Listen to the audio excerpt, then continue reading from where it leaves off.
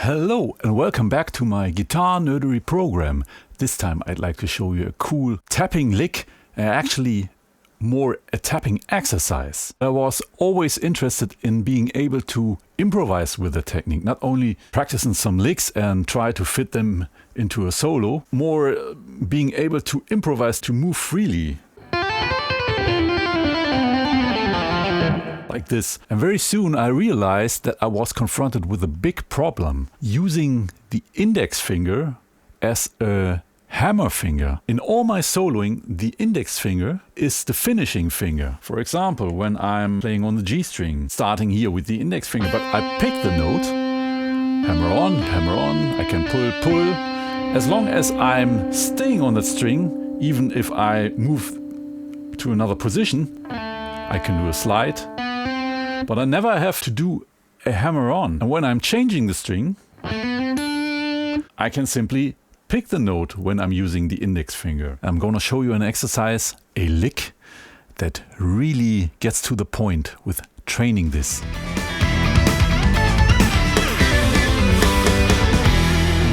The first tapping technique exercise that made my problem obvious was scale tapping. Because I want to use that technique also for improvising, I had to adapt the mindset I have when I'm normally soloing to the tapping technique. And I'm most of the times thinking in 3-note per string patterns when I'm thinking in scales. The scale tapping idea is pretty simple.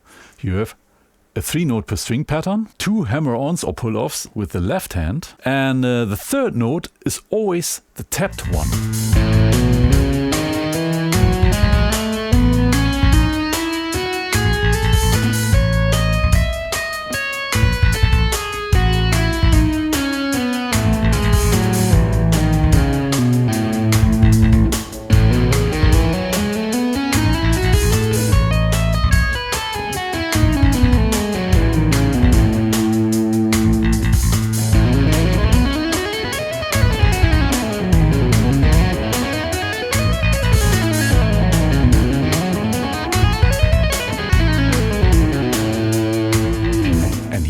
Right from the start, my problem got obvious, because the very first note already is a hammer-on with the index finger. When playing the scale upwards, every first note on every new string is a hammer-on with the index finger. And there's another problem. Playing the former note on the former string, the transition to the next note on the next string has to be smooth to keep that legato sound. Otherwise, you have this. And that's not what you want. You want to have a fluent movement.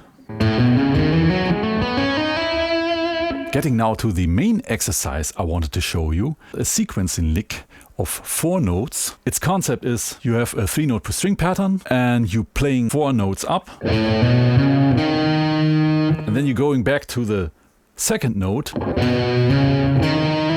and playing 4 notes up from there, and then from the third note, and this way every time you get 1 note higher, and backwards the same. 4 notes down, and then the next 4 notes down from the next lower note. So this way it's just the opposite. I adapt the scale tapping technique to that sequencing lick, and this turned out to be hell. There are so many hammer-ons with the index finger then, even when you play it downwards. I'm gonna play the whole exercise slow and fast for you to pick it up. On the upper string, I'm gonna use 2 fingers to tap to get to the perfect 5th.